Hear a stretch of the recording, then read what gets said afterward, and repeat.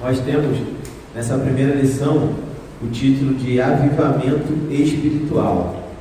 E o nosso textual é um texto bastante conhecido da Sagrada Escritura, dos nossos irmãos, que diz assim: e se o meu povo, que se chama pelo meu nome, se humilhar e orar e buscar a minha face e se converter dos seus maus caminhos, então eu ouvirei dos céus, perdoarei os seus pecados e sararei a sua terra.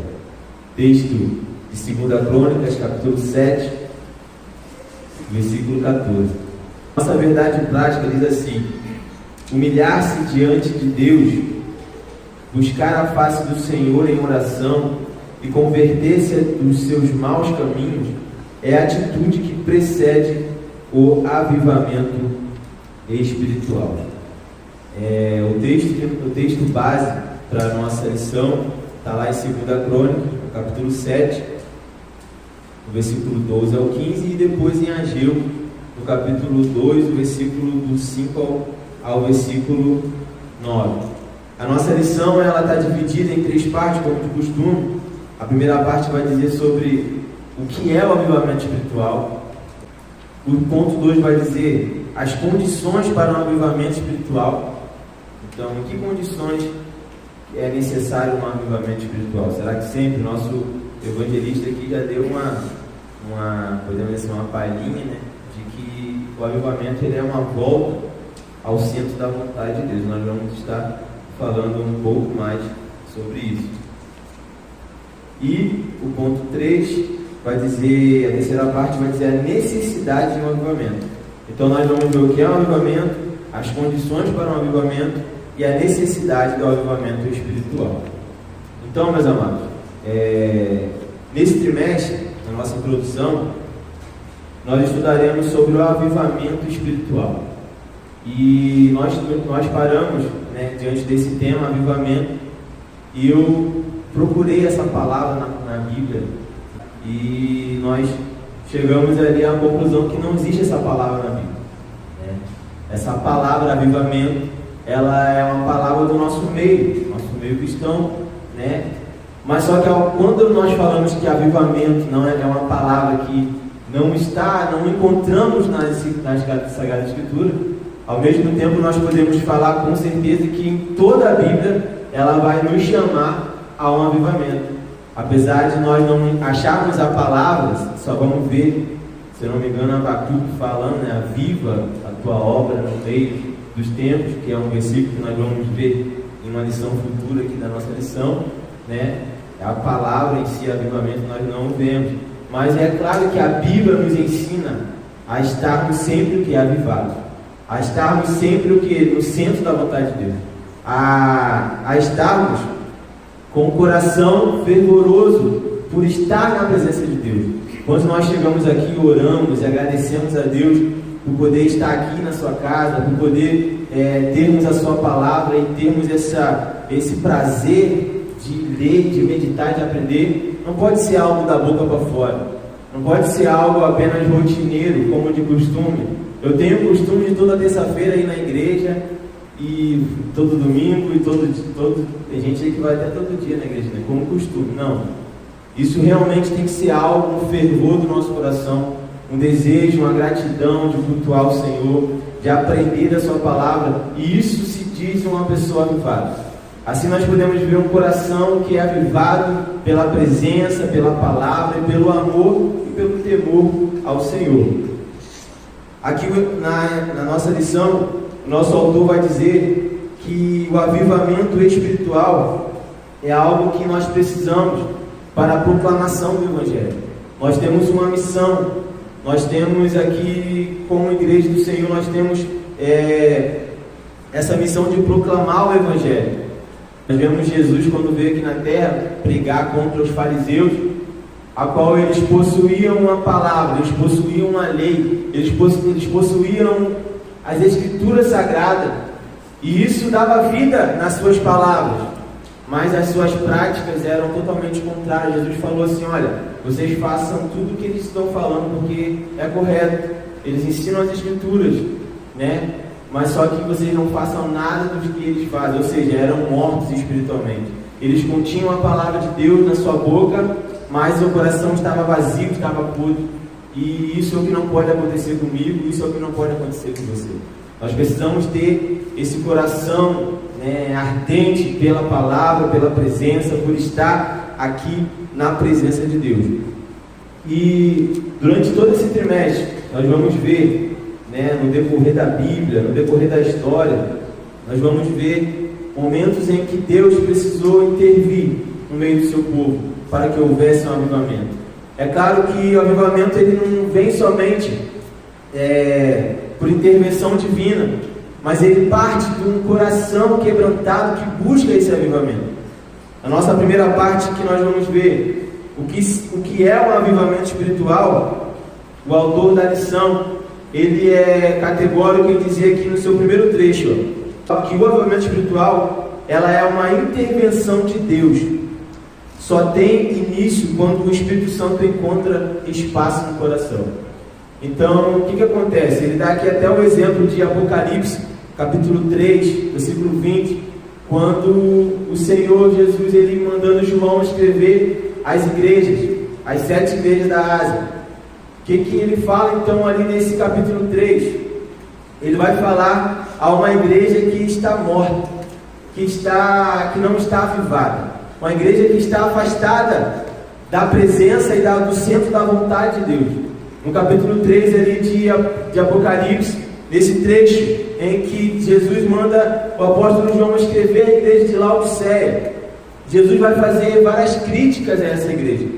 Ele vai falar que essa igreja, apesar de se achar bem, isso é importante e isso como é que eu posso dizer? É preocupante para nós, Será que nós estamos achando que estamos bem? Será que estamos bem mesmo? Essa igreja de Laodiceia, o Hernando Dias Lopes, no seu comentário, ele vai dizer que não consegue identificar nessa igreja nenhuma crise doutrinária, ele não consegue identificar nessa igreja nenhuma crise moral, não há nenhuma...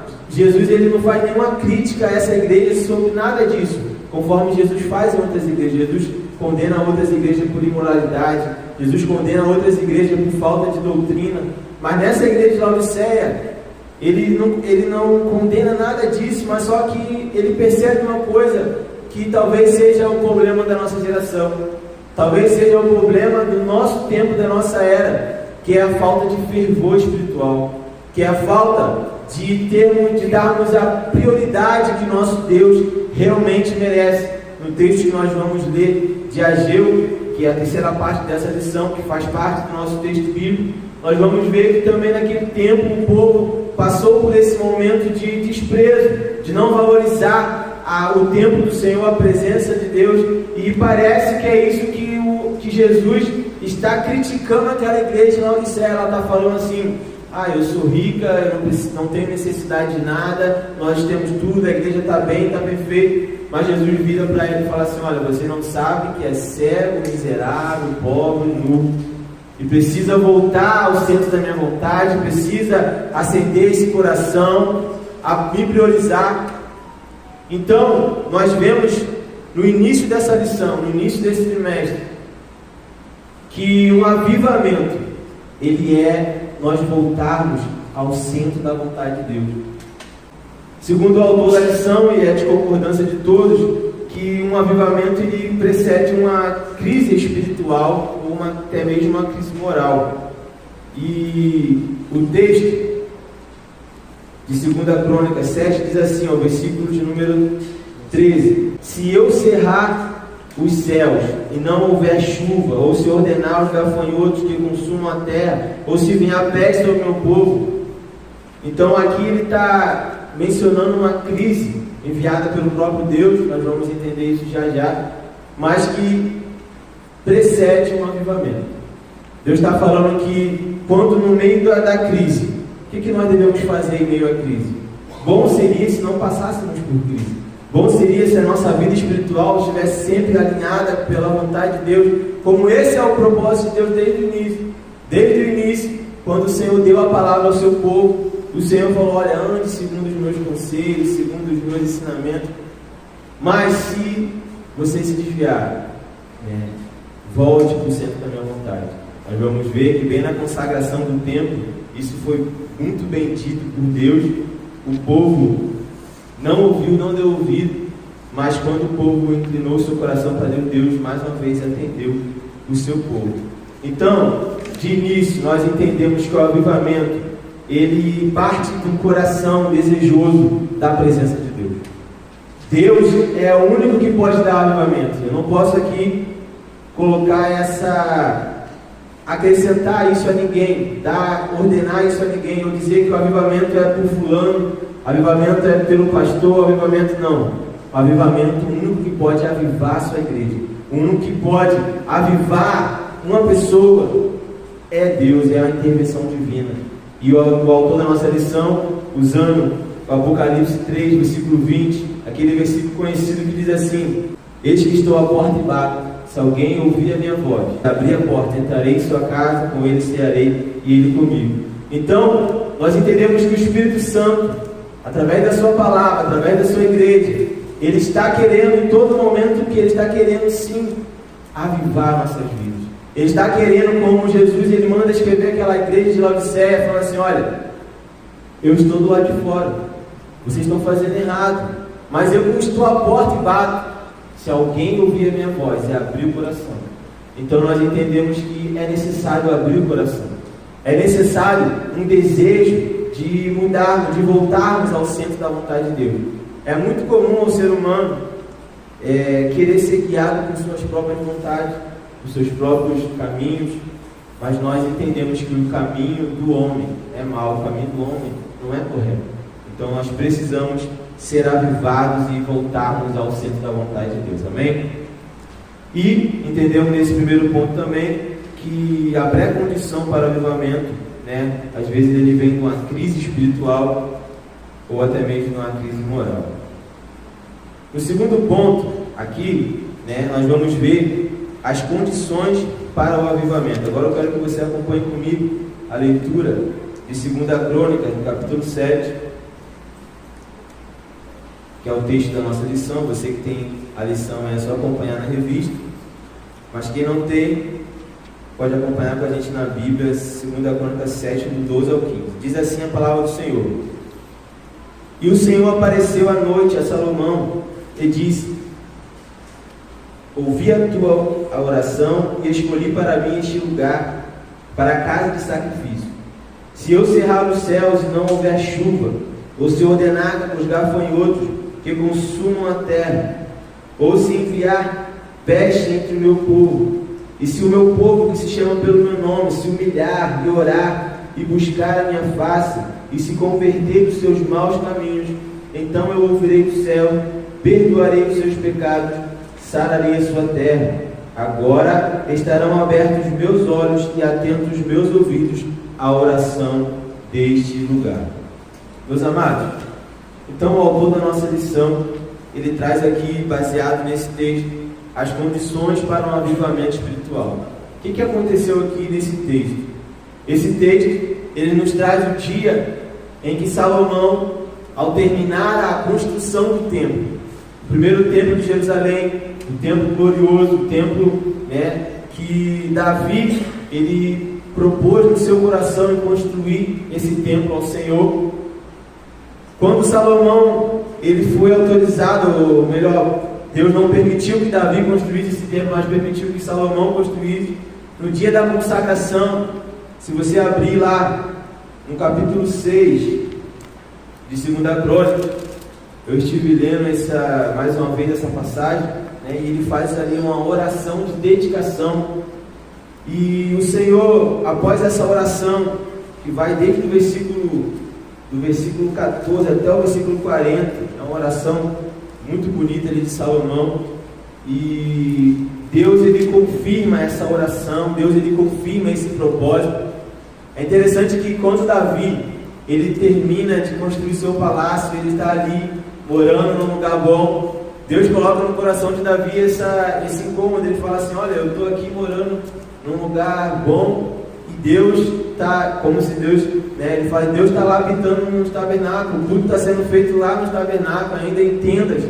E Deus não, o Davi falou assim, não vai ser assim mais, vamos construir um templo. E Natan confirmou, não, se isso é o desejo do teu coração, vamos fazer assim. Está lá em 1 Samuel 7, 2 Samuel 7. Natan, ele vai para casa, naquela mesma noite o Senhor fala com ele e fala assim, Natan, vai lá e fala para Davi que o intento do coração dele é bom, é agradável, mas só que ele não vai construir esse templo para mim, quem vai construir esse templo vai ser Salomão. E chega aqui nesse capítulo 6 do capítulo 7, quando o filho de Davi, ele cumpre esse desejo do coração do seu pai, e ele cumpre também essa ordenança de Deus, né, que seria ele que iria construir o templo. E quando ele faz essa dedicação, essa oração, diz a palavra de Deus aqui, que ao término dessa oração, de consagração, de dedicação no templo, diz a palavra de Deus no capítulo 1, no versículo 1 e no capítulo 7, que Deus mandou o fogo do céu, consumiu todo aquele holocausto, aquele sacrifício. A glória de Deus se manifestou naquele templo. Deus confirmou a construção daquele templo.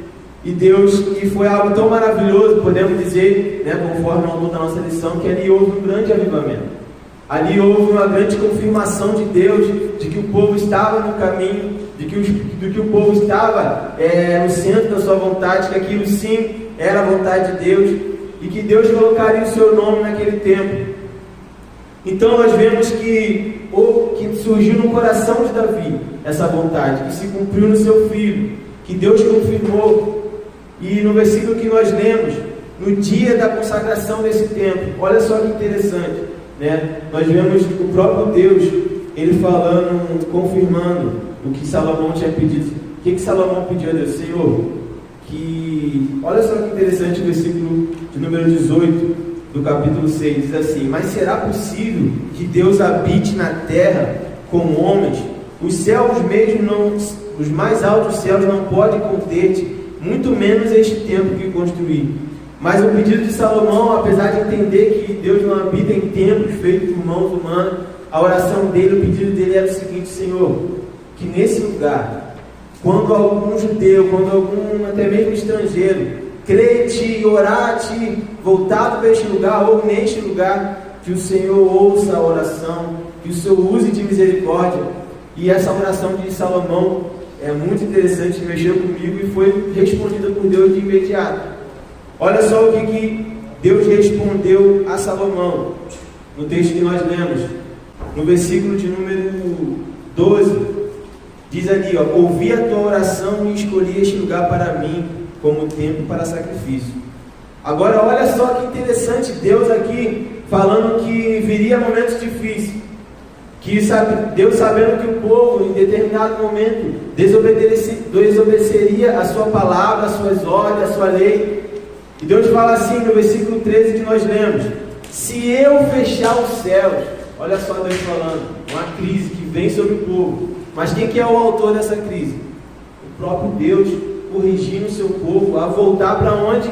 Para o centro da sua vontade. Se eu cerrar os céus, se eu mandar praga, se eu mandar gafanhoto, se eu entregar vocês aos seus inimigos por causa da desobediência, do afastamento das escrituras, olha só o que Deus fala: se eu fizer tudo isso, mas se o meu povo, que se chama pelo meu nome, se humilhar e orar e buscar a minha face, se converter dos seus maus caminhos, então eu ouvirei do céu, perdoarei os seus pecados e sararei a sua terra.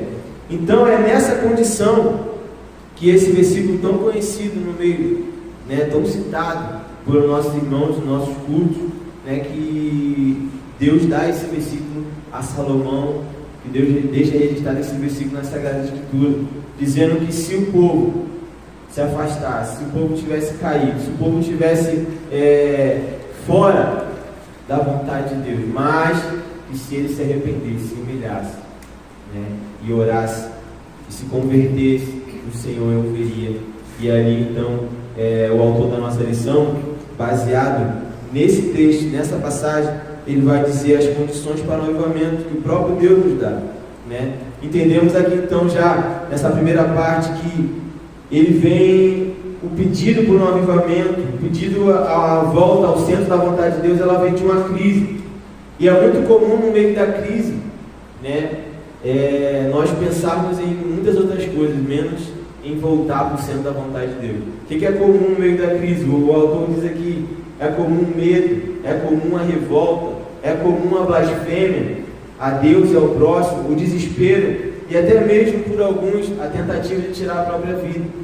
Então, nessa segunda parte da nossa lição, nós vamos ver que em meio à crise, em meio à dificuldade, em meio ao desânimo espiritual que ocorre na vida de todos aqui, eu duvido alguém aqui que nunca tenha tido desanimado, com vontade de parar, de desistir. Isso é normal, isso acontece que nós somos falhos, né? Reconhecemos isso, né? Aquele que vem aqui e prega que é super, né? Quando a Bíblia fala que nós devemos nos humilhar e reconhecer quem nós somos. Então, o que fazer nesse momento? O que fazer no momento de crise na nossa vida, seja ela qual for? Nós devemos seguir esses passos. Primeiro, está aqui no segundo ponto aqui da segunda parte: se humilhar diante de Deus. Meus amados, tem aquele versículo, né? Jesus ele falou e algumas pessoas alteraram ele, né? Diz que os humilhados serão exaltados. Não tem esse versículo por aí que alguém criou, que não foi Deus, não está nas Escrituras. Mas a minha Bíblia diz, a sua também, que aquele que se humilha, um dia ele será exaltado. Então não é sermos humilhados, alguém vem aqui nos humilhar, ou por vários motivos, né? Há essa questão de humilhação, mas não. O versículo que Jesus nos ensina, o que a palavra de Deus nos ensina, nós nos humilharmos. O que é se humilhar? É reconhecer diante de Deus que em nós mesmos nós não temos nada que nos avive. Em nós mesmos nós não temos nada que nos resgate, mas que em Deus, que reconhecendo que somos, que da onde viemos, e que somos alvos da sua graça e da sua misericórdia, assim o Senhor, Ele estende a sua mão para cada um de nós. É na hora da humilhação. Aí eu volto lá para o capítulo 5 de Mateus, né? Quando Jesus ele ensina isso, ele fala: olha, bem-aventurado não é aquele que se exalta, bem-aventurado é o pobre de espírito. É aquele que reconhece que é necessitado, que é pobre, que é miserável, que precisa de arrependimento, que precisa de misericórdia, porque deles é o reino de Deus. Jesus ele fala assim: olha, bem-aventurado é os que choram. Choram por quê? Choram por causa dessa condição miserável que nós temos. Então está percebendo que o avivamento ele sempre está sendo pregado em todo o sermão de Jesus, em toda a palavra de Deus, né? Ela nos convida a termos uma atitude diferente da que nós temos. Nós temos a atitude de nos humilharmos, ou nós temos comumente, né, a atitude de nos exaltar, né? O irmão Eliseu foi consagrado a evangelista, né? Evangelista. Não, é humilhação, é reconhecer que eu não mereço, eu reconheço que eu não mereço isso. Nós não merecemos. O que seria de nós se não fosse uma graça e a misericórdia do Senhor? Então, é comum esse sentimento em nós, né, de nos exaltarmos, mas quando nós queremos estar no centro da vontade de Deus, temos uma vida avivada, um ministério avivado, né, uma igreja avivada, nós precisamos não só no ato da nossa conversão nos humilharmos, não só no ato do nosso encontro com Jesus, porque isso é normal. Quando você aceita Jesus, a primeira coisa que você faz, você reconhece que não é nada, que não é ninguém, que não merece. Mas depois vai passando o tempo e a gente acaba começando a querer se exaltar. O avivamento contínuo, o avivamento para sair de uma crise, o avivamento verdadeiro é aquele que em todo tempo reconhece que é pobre de espírito, que chora na presença de Deus por isso, que pede perdão a Deus todos os dias, que agradece a Deus todos os dias por poder estar aqui e ser chamado filho de Deus. Amém?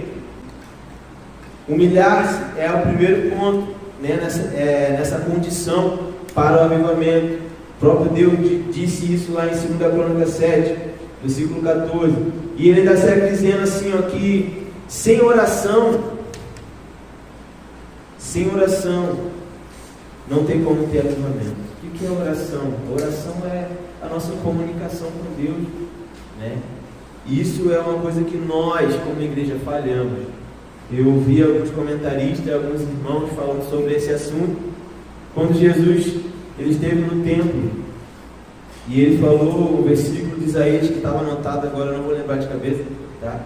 Mas quando Jesus citou ali, olha, essa casa que vocês estão fazendo de covil, de ladrões, é chamada casa de oração, é um texto lá de Isaías, casa de oração. E um pregador, um comentarista da atualidade, ele falou, parece que nossa casa, que aqui esse templo não é mais casa de oração, é casa de louvor, ou é casa de qualquer outra coisa, menos de oração. Parece que quando nós nos reunimos, né, o que nós menos fazemos é a oração, é orar. E isso, se você olhar para você, eu olho para mim, né, eu sempre gosto de falar que a pregação, eu não faço aqui apontando para ninguém, e você também não deve fazer isso. Às vezes a gente está aqui sentado pensando assim, aquele irmão podia estar aqui para estar ouvindo isso, né? Mas não, esse é você mesmo. Faça uma avaliação. Será que o nosso tempo de oração é o necessário realmente para ter uma vida avivada no presença do Senhor? Ou você acha que somente ler a Bíblia está bom, só ir no escudo está bom? Não. Nós precisamos, para termos uma vida avivada, um avivamento na nossa vida, na nossa igreja, nós precisamos nos dedicar a essa prática da oração. Olha o que vai dizer aqui que Deus vai falar através desse versículo. O meu povo que se chama pelo meu nome, se humilhar e orar e buscar a minha face. Olha só, pontos para poder alcançar esse avivamento, pontos para poder voltar ao centro da vontade de Deus, é se humilhar, é orar, é buscar a face do Senhor através da oração. Aleluia. E nós podemos ver, né, como diz aqui o autor, a ausência dessa disposição em perseverar, muitas das vezes em propósito de oração com o Senhor. Amém? Então que hoje nós possamos entender que para termos como tema da nossa lição um avivamento espiritual, né, é nós voltarmos ao centro da vontade de Deus. Como fazer isso? Através da humilhação, se humilhe. Através do que? Através da oração, busca. Mas uma coisa que eu pulei lá na introdução, que eu vou acrescentar aqui agora, né, é como também nós vamos ter, como que nós vamos saber a vontade de Deus se não conhecermos as Escrituras Sagradas, né? Tem um texto lá de Oséias, capítulo 4, versículo 6, se não me falha a memória, que diz que o meu povo, né, foi destruído por falta de conhecimento. Então, nós estamos falando aqui de voltar para o centro da vontade de Deus, de um avivamento. Mas como que nós vamos ser avivados? Como que nós vamos andar segundo a lei do Senhor se nós não conhecemos a lei do Senhor? Então, antes de tudo isso, nós precisamos ter essa disposição em aprendermos a estarmos aqui. Eu louvo a Deus por essa escola bíblica. Hoje é dia 3, né, de janeiro, início do ano. Eu olho para esse grupo de irmãos aqui sentados e meu coração se alegra, né? Se o meu coração se alegra, que sou falho, né? Imagina o coração de Deus alegre em ver pessoas sentadas, né, no início do ano, né, com afazeres, mas pararam para vir aqui ouvir. Então isso sim nos leva a um avivamento. Isso sim nos leva a entendermos a vontade de Deus para a nossa vida pessoal, para a nossa vida como igreja, para a nossa vida como congregação, e aqui tem congregação de representado. Então, eu fiz esse parênteses aqui deveria ter feito lá no início, que nós precisamos conhecer a vontade de Deus. E a vontade de Deus, ela não vai ser revelada por um irmão A ou B, que pela misericórdia de Deus tem o dom de profecias, né?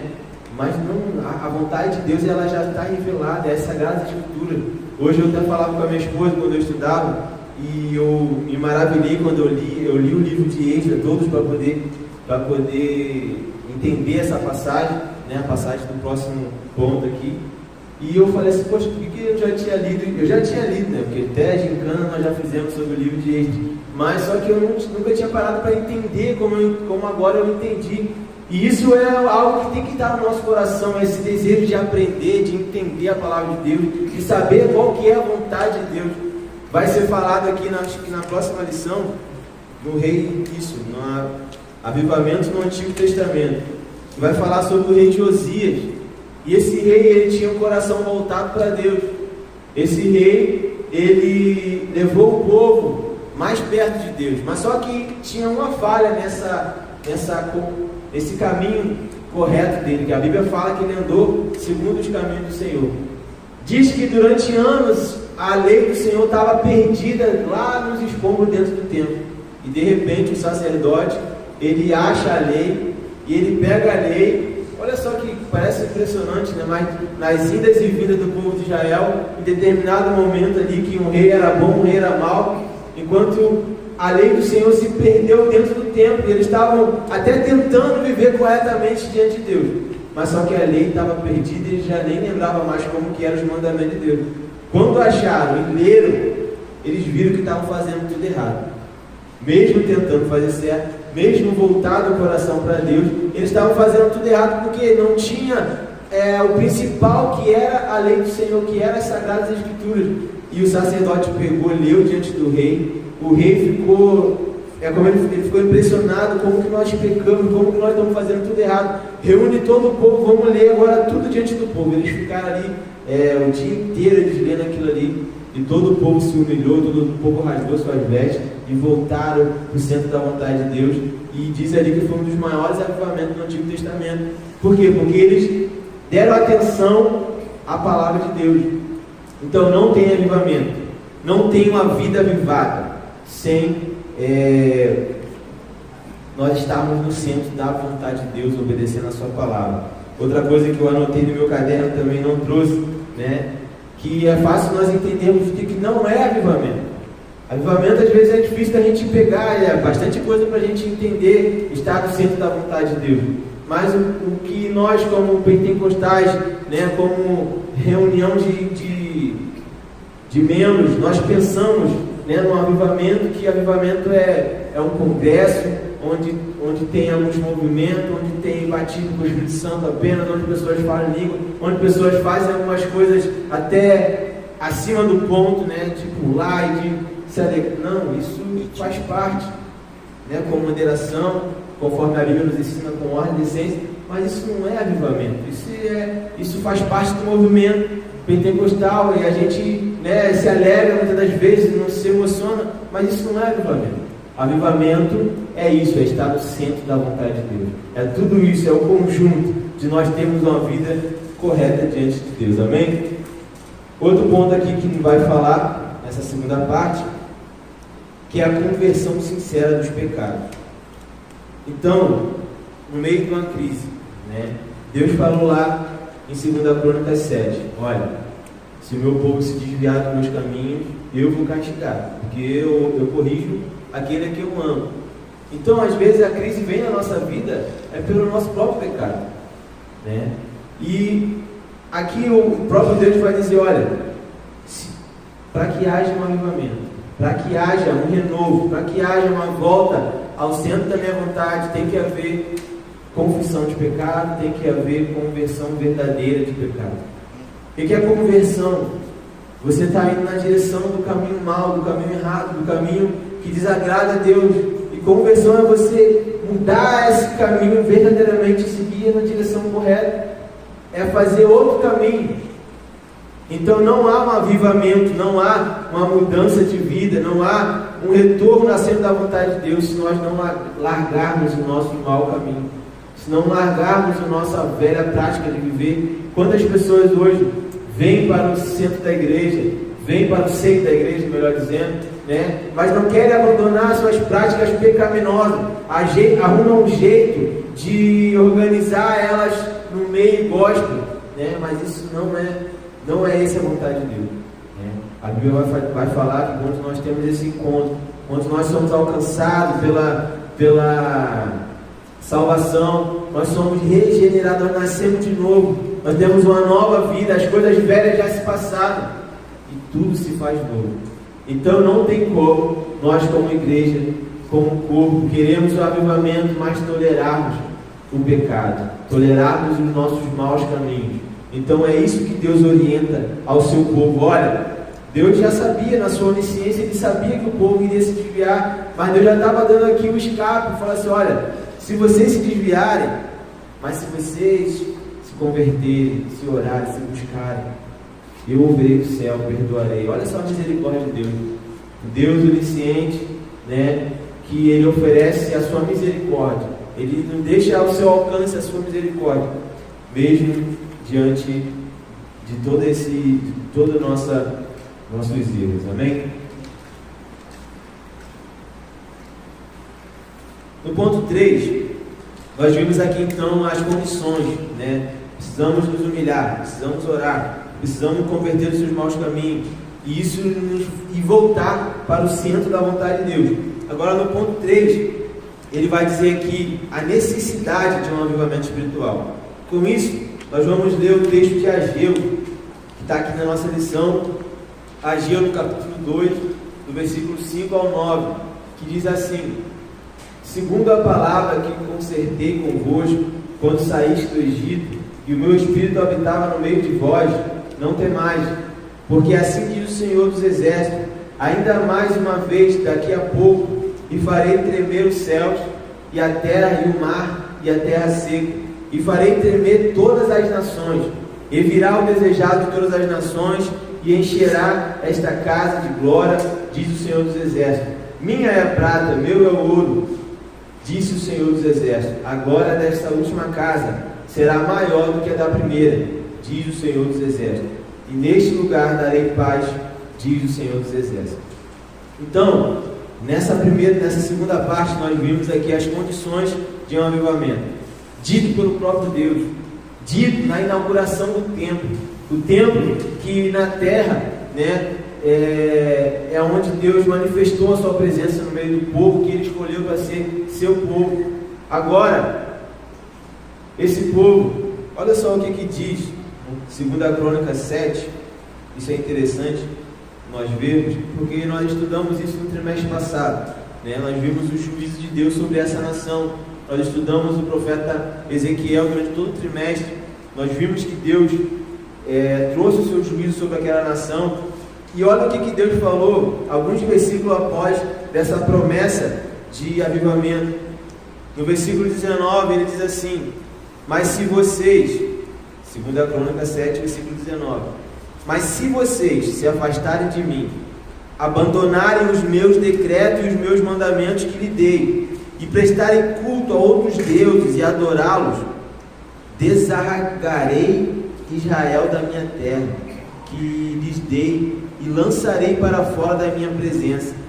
Este templo que consagrei ao meu nome, farei que se torne objeto de zombaria entre todos os povos, e todos os que passarem por este templo agora imponente ficarão espantados e perguntarão: por que o Senhor fez essas coisas, fez uma coisa dessas a essa terra e a esse templo? Olha só aqui vamos dizer assim, a lealdade de Deus, né? Uma festa. Isso aqui não foi falado, Deus não decretou isso aqui no dia que já estavam desviados. Deus falou isso aqui num dia de festa, um dia de alegria. O dia da inauguração do templo de Jerusalém foi algo tão maravilhoso, tão lindo, que Deus desceu com a sua presença, que o povo não queria nem ir embora. Eu contei aqui, mais ou menos, pelo menos 14 dias eles ficaram ali, se alegrando. O rei Salomão teve que mandar eles embora: vai embora, vai cada um para sua casa, já acabou o culto. Eles não, foi algo maravilhoso estar ali naquele lugar, na inauguração do templo. Mas foi nesse mesmo dia, nesse mesmo texto, que Deus falou assim: olha, se vocês se afastarem da minha presença, se não obedecerem às minhas leis, se vocês fizerem aquilo que mais desagradava a Deus, que era a idolatria, que foi o que eles mais fizeram, olha, eu vou destruir esse templo. Esse mesmo templo que vocês estão tão felizes por ter feito para mim, e eu estou aqui correspondendo a isso, mas se vocês desobedecerem, pessoas zombarão de vocês pelo que aconteceu. E nesse texto de Ageu que nós lemos, né, isso já tinha acontecido. Nós vimos aqui no trimestre passado que Deus trouxe juízo sobre a nação, e não só o templo, mas toda Jerusalém foi destruída. Não só o templo, mas o povo de Deus foi dissipado, foi disperso, né, por todos os lugares. Por quê? Porque justamente eles saíram da onde? Do centro da vontade de Deus. não tiveram uma vida avivada, não tiveram um centro, não obedeceram ao estatuto do Senhor. E agora aqui em Ageu, né, nós vemos o Ageu, ele é um profeta pós-exílio, né, após os 70 anos de exílio que o povo esteve na Babilônia. Então agora Deus coloca no coração de Ciro, eu vou ter que resumir aqui já porque a hora já é avançada, mas está aqui também nesse ponto da lição. Deus coloca no coração do imperador, né, do Ciro, que veio após a Babilônia, e ele, havia até já uma profecia, está lá em Esdras, no capítulo 1, versículo 2 e 3, vai dizer que Deus coloca no coração de Ciro que ele deveria ordenar não só a volta dos judeus para a sua terra, mas também a reconstrução do templo. E Ciro, obedecendo essa voz de Deus, esse intuito de Deus, né, Ciro ele permite o povo voltar para Jerusalém e dá um decreto ali de que era para ser feita essa reconstrução, e o povo volta. Só que houve um impasse e houve uma carta para o imperador seguinte, e a obra do templo teve que ser parada. E agora Deus levanta esse profeta Ageu, e o povo diz aqui no livro de Ageu, que são apenas 2 capítulos, bem curtinho de você ler, é muito interessante também ler na sua casa, para enriquecer o crescimento do seu entendimento. Então, o povo ali no tempo de Ageu, Deus levanta Ageu e fala assim: olha, vocês não estão entendendo o que está acontecendo, né? O povo ele foi corrigido por Deus, foi mandado para o cativeiro, foi destruído. Agora o próprio Deus está trazendo, já cumpriu o que ele falou que ia castigar, trouxe o povo de volta, receberam a ordem para construir o templo. No primeiro impasse que eles tiveram, eles já desistiram de construir o templo. Agora Deus levanta Ageu e Zacarias e fala assim: olha, fala para esse povo que esse povo, olha só o que eles estão fazendo, eu trouxe eles de volta e agora eles estão negligenciando a reconstrução do templo. Eles estão preocupados em construir as suas casas, em enfeitar as suas casas, em terminar as suas próprias coisas, e não estão preocupados em reconstruir o meu templo, a minha casa, o local onde era o culto. Ou seja, até então eles voltaram para Jerusalém, mas eles não tinham onde cultuar, não tinham onde fazer adoração, e Deus chama a atenção deles nisso, e Deus usa o profeta Ageu. Por isso que tem aqui a necessidade de um avivamento espiritual, tá? A situação de Judá era essa, era a volta da crise, era a volta da Babilônia, mas eles priorizaram as suas próprias coisas em vez de priorizar o templo do Senhor. O templo estava destruído e eles precisavam reconstruir, e eles não tiveram o coração voltados a isso. Precisou o profeta se levantar. E olha só que interessante que você vai encontrar nesse livro de Ageu, né? Deus fala assim para o povo: olha, vocês não estão percebendo que você está plantando e não está dando boa colheita? Você não está percebendo que não está tendo chuva direito? Tudo que vocês fazem, tudo que vocês colhem, tudo que vocês têm, vocês colocam como se fosse um saco furado. Eu não estou abençoando vocês. E vocês, por que eu não estou abençoando vocês? Porque vocês não estão me priorizando. Isso que acontece ali na volta do povo judeu ali para Jerusalém. E é um chamamento de Deus a um avivamento. Aquele Deus que falou lá que se o povo voltasse para Ele, iria avivá-los, iria renová-los, está cobrando agora deles que eles tenham, né, prioridade em reconstruir o templo de Deus, para que aquela glória. E aí entra aqui nesse texto que nós lemos, essa promessa, né, de que Deus estaria com eles, que eles não temessem, que a reconstrução era uma ordem divina. Então eles, para resumir aqui a história, né, eles obedecendo a essa profecia de Ageu, né, eles voltaram a construir o templo, e Deus falou: olha, a partir de hoje, tudo que vocês fizerem, né, vocês podem observar que será abençoado. A partir de hoje lá, você pode olhar a colheita, vai ser abençoado. Porque era o plano de Deus que eles voltassem e reconstruíssem o templo, que eles priorizassem a presença de Deus em meio àquele caos, em meio àquela crise. Amém? E aí tem um texto bastante conhecido aqui, do versículo 9, né, a qual ele fala que nessa reconstrução do templo, a glória da segunda casa seria maior do que a da primeira. Também nós vemos muito esse versículo no nosso meio, né? Nós vemos, tem hinos escritos com esse texto, E esse texto, na verdade, ele não está falando apenas do templo aquele, né, porque não houve templo como o templo de Salomão. O templo de Salomão, todo o povo se empenhou com toda a prata, todo o ouro para aquela construção. E o templo que foi feito nesse período aqui, né, ele foi feito no mesmo local, mas não chegou no mesmo nível de grandiosidade do templo de Salomão. Esse mesmo templo que foi construído nesse período aqui de Ageu é o mesmo templo que Herodes vai reformar também nos tempos de Jesus, né? Quando Jesus chega, né, a promessa messiânica se cumpre, esse templo já está construído, é o mesmo templo, mas só que se nós olharmos historicamente, é claro que esse templo não teve a mesma glória que teve o templo de Salomão. Então, é de acordo de todos os comentaristas, né? E nós entendemos que aqui está tendo uma profecia, né, a respeito da promessa messiânica, que seria nesse templo reconstruído, nesse cenário, que Jesus, a profecia, a promessa, lá desde Abraão, lá desde o Éden, né, que um dia viria o Salvador, e que a glória dessa segunda casa seria maior do que a da primeira. Hoje nós entendemos que nós somos o templo do Espírito Santo de Deus, né? O apóstolo Paulo, ele vai falar bem isso no texto que nós conhecemos, que Deus não habita em templo feito por mão humana, mas que o mesmo apóstolo Paulo em Coríntios, ele vai dizer que nós sabemos que somos templo de Deus e que o Espírito Santo habita em nós. Amém? Meus amados, para encerrar aqui,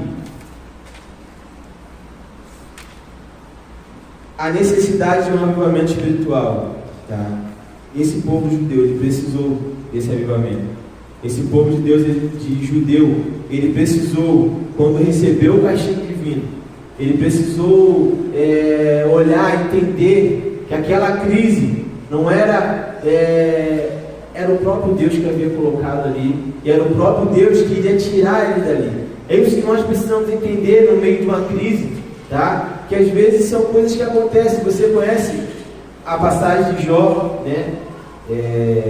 Ninguém quer passar o que Jó passou, mas se você prestar atenção, o que está acontecendo com ele é algo que está totalmente dentro da vontade, do plano de Deus, da permissão de Deus. Então, em meio às crises que nós enfrentamos na nossa vida, seja ela por qualquer motivo, seja ela por causa do nosso erro, seja ela pela nossa frieza espiritual, que você, que eu possamos voltar para o centro da vontade de Deus, buscarmos em oração, buscarmos na palavra. Não busque ajuda em outro lugar que não seja em Deus, que não seja na sua palavra, para que só assim nós teremos verdadeiramente um avivamento espiritual, se nós seguirmos a palavra do Senhor. Amém? A conclusão vai dizer assim: quando o povo de Deus se encontrar em situação de frieza espiritual, a vontade divina é a de sempre reacender a chama que está se apagando. Se for preciso, ele usará uma crise para isso. Usará circunstâncias diversas para levar o seu povo ao deserto, a fim de falar ao seu coração. A sua exigência, porém, é que o seu povo se humilhe, busque a sua face e se converta de seus maus caminhos. Então o avivamento espiritual não tardará. Amém? Que possamos ter esse sentimento de entendermos que precisamos a cada dia estarmos avivados. E se estamos em crise, se estamos em momentos difíceis, o avivamento ela vem pela busca incansável pela presença e pela palavra de Deus. Amém? Que Deus abençoe.